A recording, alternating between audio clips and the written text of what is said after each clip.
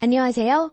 이번에 저희 시모가 본인의 면피를 위해서 시모 유리하게만 이야기를 전달한 사실이 있어서 이 이야기를 좀 해볼까 해요. 저희 시모가 워낙 가부장적인 문화와 장남 우선 사상이 강한 옛날 분이세요.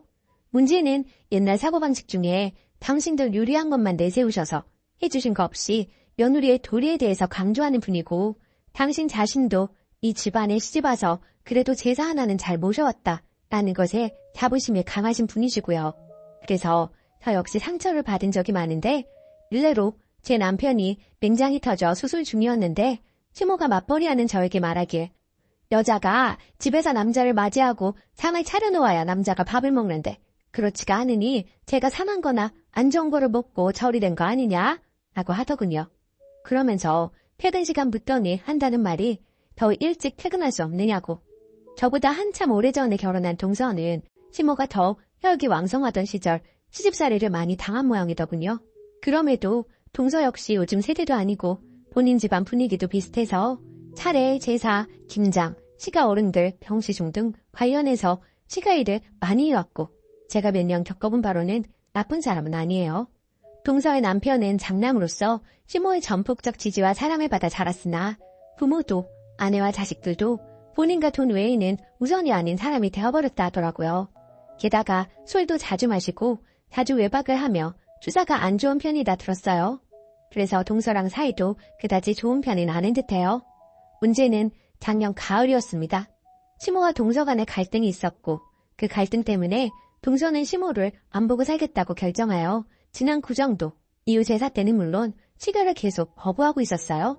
시간이 길어지다 보니 시모는 내가 무슨 잘못을 했는지 모르겠지만 일단 어른이니 사과를 했는데도 받아주지를 않는다며 며느리 눈치 보는 가여운 엄마 코스프레를 했고 그 문제의 사건에 대해 말하기를 동서가 예전부터 시가에 관련 참여도에 대해 저에게 불만이 있었는데 그걸 시모가 들어주지 않고 제 편을 들어줬더니 저렇게 삐쳐서 저러고 있다 라는 내용으로 아들들에게 하소연을 하셨어요. 그러면서 동서가 시모에게 저를 지칭하며 싹 수 없다고 했다. 평일이라도 반차 쓰고 와서라도 일을 도와야 하는 거 아니냐고 했다. 등등 아들들에게 이야기했고 저는 일부는 시모에게 일부는 남편을 통해 이와 관련된 이야기를 들었어요. 저로서는 어리둥절했죠. 사실 동서와는 같은 며느리 입장에서 명절 때나 제사 때 일정 조율을 위해 통화를 하다 보니 서로 맘에 가진 섭섭함 등에 대해 나누면서 일종의 동료의식 같은 걸 느껴왔고 그런 대화가 많지는 않았지만 만날 때마다 느낀 바로는 그렇게 앞뒤가 다르게 가면을 쓸 정도의 필러는 아니었기 때문입니다. 문제는 점점 우리 엄마가 가여워진 남편은 시모에 대한 객관적 시각을 잃어버렸고 슬슬 현 사태의 문제점에 관해 이야기를 하면서 우리가 잘못한 부분도 있다라고 언급하더라고요. 즉 제가 시가일에 동서만큼 참여하지 못해 동서가 삐친 것이니 그 부분에서 저도 원인 제공자다라는 뉘앙스를 띠게 된 것입니다. 결국 불똥이 저에게 떨어진 상황인 거죠. 일단 제 입장에서는 왜 또 저로 뛰어넣었는지 불쾌하기도 하고 동서가 정말 그렇게 이야기했는지 확인차 동서에게 직접 전화를 했습니다. 동서는 본인은 한 번도 저의 싸가지에 대해 언급한 적도 없고 저의 일 참여도가 낮아 불평한 적은 한 번도 없다고 기가 막혀 하더라고요. 저의 결혼 이전에 그 오랫동안 혼자 일을 해왔는데 왜 이제와 그게 불만이겠느냐고 오히려 저의 참여 요청을 본인이 직접 저에게 하겠다고 시모에게 말하자 시모가 본인의 편의를 목적으로 그냥 걔네들 부르지 말고 둘이 하자 했다고 하더라고요. 생각해보니 지난 가을의 그 문제 때에도 시모와 동서의 갈등 직후 동서가 바로 저에게 전화를 했었고 그때 제가 동서에게 들은 내용과 이후 여러 차례에 걸쳐 시모 혹은 남편을 통해 들은 시모 이야기는 달랐습니다. 아무래도 시모가 당신과 동서 간 이야기한 그 갈등의 내용 중에 본인이 잘못한 부분은 쏙 빼고 아들들에게 읍수를 했고 결국 현재의 분란을 시가를 잘 돌보지 않는 한 며느리와 그에 대해 불평을 한 다른 며느리에게 돌려버린 것 같아요. 동서가 앞으로 시모를 거부하겠다고 생각한 이유 역시 이제까지의 결혼생활 동안 시모의 시집살이 중에서 제일 힘들었던 건 어떤 갈등 사항이 발발하면 시모와 시부 그리고 동서의 남편 셋이 한편이 되어 동서를 드잡이했다는 것입니다. 당시에는 어려서 순진하기도 하고 내가 대체 뭘 그리 잘못했길래 이 사람들이 이 정도로 이럴까 했고 남편에게 시모가 한 이야기를 전달하면 설마 우리 엄마가 한다는 거였습니다.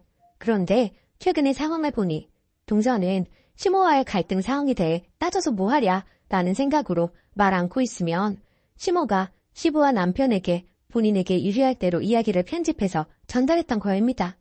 저 역시 동서의 이야기가 더 신빙성 있다고 보는 게 저 또한 유사한 일을 다수 겪었고 사실 저 역시 시모에게 상처받은 일은 부지기수였기 때문이지요. 일례로 시모가 저에게 퇴근 후 뒤이어서 뭘 가져가라고 전화했길래 퇴근이 늦어 못 가니 아이 아빠에게 가져가라고 할게요. 했고 아이 아빠에게 퇴근길에 들리라 했더니 아이 아빠는 시모에게 주말에 가기로 했다고 했는데 나중에 친정엄마가 시모와 통화했다며 하시는 말씀이 시모가 며느리가 아범에게 가지 말자고 했나봐요 라고 이야기했다 하더군요. 고분이 말 듣지 않는 저를 거짓말을 해가며 저희 엄마에게 돌려 깐 거죠. 또 한 번은 제가 제사 음식 준비를 도와주지 못하는 상황이라 오전에 동서와 통화하면서 미안하다 저녁에 최대한 빨리 가겠다 한 상황인데 늦은 오후 시모가 저에게 전화를 해서는 그래서 오늘 올 거냐 안 올 거냐 네가 안 오면 동서에게 내가 또 대신 변명을 해야 한다 라고 이야기하더군요. 정말 이해가 안 가지만 허세도 장렬이라 본인의 허세를 위해서 거짓말하는 것도 거짓말이라 생각도 안 하는 듯합니다. 장 보는 데 따라가서 뒤에 서 있었는데 단골집 사장이 맏며느리예요? 물어보니 맏며느리니까 데리고 다니죠 하더라고요. 아닌데. 그러니 저는 심사가 더 복잡해졌고 사실 불쾌해졌어요. 시모는 결국 동서와의 분란으로 집안이 시끄러워진 것에 대한 면피로 저를 끼워넣은 것 같습니다. 그러면서 혼자 피해자 코스프레를 하고 아들들에게 읍소를 하고 있는데 아들들은 시모 말만 듣고 동서는 죽일 여자가 됐고 저는 원인 제공자가 된 거입니다. 동서와의 퍼즐 맞추기가 아니었어도 문제의 본질은 며느리의 도리를 강요하고 안 먹어도 안 주고 긴장이니 본인 허세 때문에 주머니 상관없이 20인분은 좋게 넘칠 법한 제사상 등 본인 욕심으로 주변 사람들 괴롭히고 있는 시모인데 재주가 좋아서 본인은 피해자가 되었고 문제의 원인은 두 며느리가 된 상황이로구나 하는 생각이 들던 차에 동서와 확인까지 하고 나니 매우 불쾌하더군요. 제가 생각한 모든 것을 남편에게 이야기하자니 지금은 본인 엄마에 대해 객관적으로 볼 상황이 아닌 것 같아 근슬에 저희 부부까지 분란이 날 것 같고요. 저 역시 결혼 초 4년 만에 크게 한 전적이 있는데 최근 들어 사이가 좋아졌기 때문에 분란 일으키고 싶지는 않은 마음도 있어요. 하지만 그냥 가만히 있자니 불쾌한 것도 불쾌한 거고 저렇게 저에게 씌워진 프레임이 억울하고 답답하고 어떻게 해야 할지 고민 중입니다. 후기. 결국 남편하고 상의 끝에 시모와의 연락 및 만남을 최소화하기로 했어요. 그 사이 계속된 시모의 이간질에 남편도 이상한 분위기를 감지한 듯해요. 시모랑 앞으로도 그다지 가까이 하고 싶지 않고 더더군다나 둘만 있는 자리, 둘만 하는 대화는 피하고 싶다 하니 남편이 그렇게 하자 하더군요. 그리고 동서가 시모 거부를 하고 살겠다니 혹여 저에게 시가 일들이 다 떠넘겨질까 걱정은 하지 않습니다. 그 부분은 남편이 잘하기 때문에 그만큼은 저 역시 노력하겠지만 여유로워야 할 수 있는 정도를 넘어서는 무리는 절대 할 생각이 없고 그걸 강요할 경우 시모는 또 며느리에게 대놓고 거부를 당하겠죠. 그리고 후에 만나게 되더라도 시모를 포함한 다자간 모임에서 시모가 또다시 말도 안 되는 거짓말을 하면 그 자리에서 쯔니는 정정해줄 생각이고 시비를 가려 할 것이 있으면 바로 가릴 생각입니다. 그래야 뒤에 가서 또 면피용으로 당신 유리한 대로 거짓말을 안 하겠죠. 그래야 또 아들들 역시 본인 엄마에 대해 객관적으로 볼 테고요. 아, 정말 신기해요. 시자를 달더니 그렇게 된 걸까? 아니면 인생이 그리웠던 걸까? 호의인 걸까? 아니면 그저 당신 유리한 대로 변명하다 보니 그렇게 된 걸까? 진짜 친구나 주변 지인이었으면 딱 손절하고 싶은 타입입니다. 아무튼 같이 욕해주시고 고민해주셔서 정말 감사합니다. 댓글. 지금 내용 보니 쓰니는 그 할머니 못 이겨요. 쓰니가 대놓고 정정해주면 새파란 곳이 발대꾸 한다고 집 무시한다고 쓰러진다고요. 119 안 부를 것 같죠? 병원 안 갈 것 같죠? 동서가 아니까 짖든 말든 모른 체 하고 안 보는 거예요. 그냥 한판 하고 쓰니도 보지 마세요. 두 번째 사연. 큰 이유가 없는데 이혼이 너무 하고 싶어요. 결혼 27년 차입니다. 50대 중반이고요. 이혼하고 싶습니다. 남편 아무 문제 없습니다. 저도 주부로 사치 없이 알뜰하게 열심히 살아 아들 둘 잘 키웠습니다. 재산 넉넉하고 빚 없고 양가 간섭 없고 조용히 지내고 있습니다. 저랑 남편 생각 차이, 성격 차이 같은 걸로 이혼 가능할까요? 다른 문제 될 게 없어서요. 협의가 되지 않으면 소송해야만 하는지요. 남편은 절대 못해준다고 하는데 저는 자유롭게 이유 인생을 살고 싶습니다. 결혼 별거도 거부하네요. 재산 안 줘도 됩니다. 자유만 주면요. 가정폭력, 학대 아니고요. 정말 평범한 가정이에요. 소송 같은 거 없이 이혼하는 방법 고견 부탁합니다. 감사합니다. 추가 댓글에 불륜 이런 게 또 있네요. 남편도 저도 평범해서 불륜은 드라마에서나 나오는 얘기입니다. 완전 평범 일반적인 가정이에요. 제가 그냥 숨이 막혀 답답해 하루 12번도 더 울고 훌쩍 어디론가 떠나고 싶고 벗어나고 싶을 뿐이에요. 남편은 회사, 일, 회식, 운동 이렇게 생활하는 거에 200%, 300%, 1000% 만족하며 사는 사람이에요. 저도 열심히 그 생활에 따라가 보려 하지만 늘 부족해 보이고 모자라 보이죠. 너무 힘이 들고 숨 막히기 시작하네요. 그 평범하다는 생활이. 그래서 벗어나고 싶은가 봐요. 방법이 없네요. 정말 불륜이란 거라도 해야 이혼 가능한가요? 그건 어떻게 하는 걸까요? 후기, 따끔한 조언, 따뜻한 조언 모두 감사합니다. 갱년기는 이제 등 뜨거운 증상 좀 남아있고 근 5년 동안 붙이며 즐기기 버텼어요. 여행 좋아하는데 4년 전 고3인 아들도 내버려두고 혼자 훌쩍 일주일 간 적도 있어요. 죄책감 가득 미안함 안고 애들과 남편에게 미안하다고 했었죠. 그래서 다시 훅 떠나는 게 어렵네요. 지금은 애들 다 기숙사, 원룸에 내보내고 남편과 둘만 남았는데 허전함 같은 것보다는 못 떠나겠는데 마음이 더 답답하고 슬퍼요. 상담은 4년 전 그때 받았었어요. 전 상담 자체가 너무 힘들더군요. 내 얘기 계속해야 한다는 게. 남편 얘기 조금만 할게요.